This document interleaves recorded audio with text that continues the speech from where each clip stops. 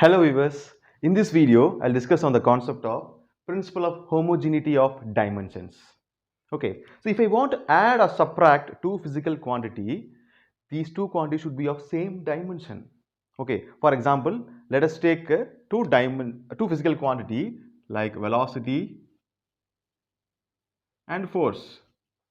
You cannot add or subtract these two physical quantities because the dimension of velocity is Lt power minus 1. The dimension of force is mLt power minus 2. Okay, so they both have different dimensions. So they could not be added or subtracted. Okay, so in simple, they have given a principle which is called as principle of homogeneity of dimension, which is used to check the correctness of the equation or to check whether the dimension or to check the dimensional consistency of the equations. So let us now check the dimensional consistency with an example. Okay, let us take an example.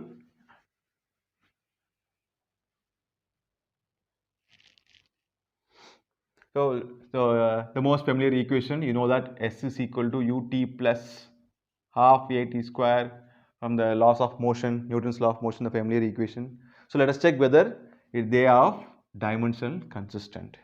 Okay, so we have to check the dimension of each and every term both on LHS and RHS. If they are equal, then that is the principle of homogeneity. Okay, so let us check now.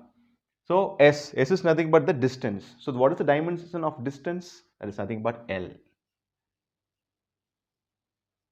Similarly, what is the dimension of U? U is velocity, so we will having Lt power minus 1.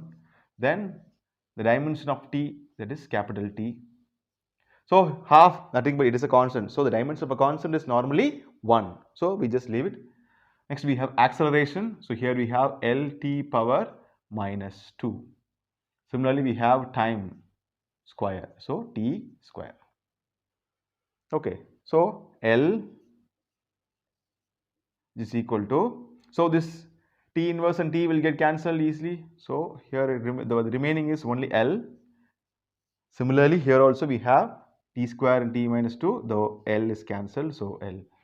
So now we can see that in LHS and RHS, each and every term are having the same dimension. This is the principle to be followed. This is called as the principle of homogeneity of dimensions. Each and every term on both sides should be having the same dimension. Okay, so it is not meant that dimensionally equal means it will be not equal or it will be not valid in all the situations. But if a equation having a wrong dimension means the equation is wrong at all the instant. Okay, that is the point to be noted down. Next, we have certain functions like trigonometry functions,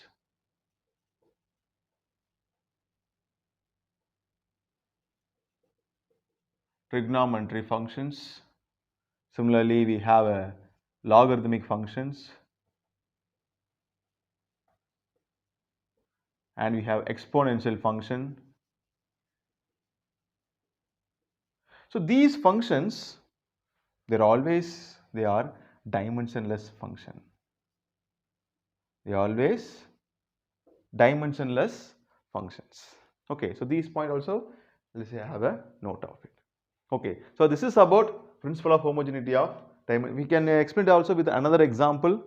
We have V is equal to another equation. V is equal to U plus AT. Okay, so here you can see that V, it is a velocity. So the dimension of velocity is Lt power minus 1. Similarly, this is also velocity. So Lt power minus 1. So this is acceleration Lt power minus 2. Next we also have T here. Okay, so this can be written as Lt minus 1 is equal to Lt minus 1 plus. So 1t and will get cancelled. So the remaining is Lt power minus 1.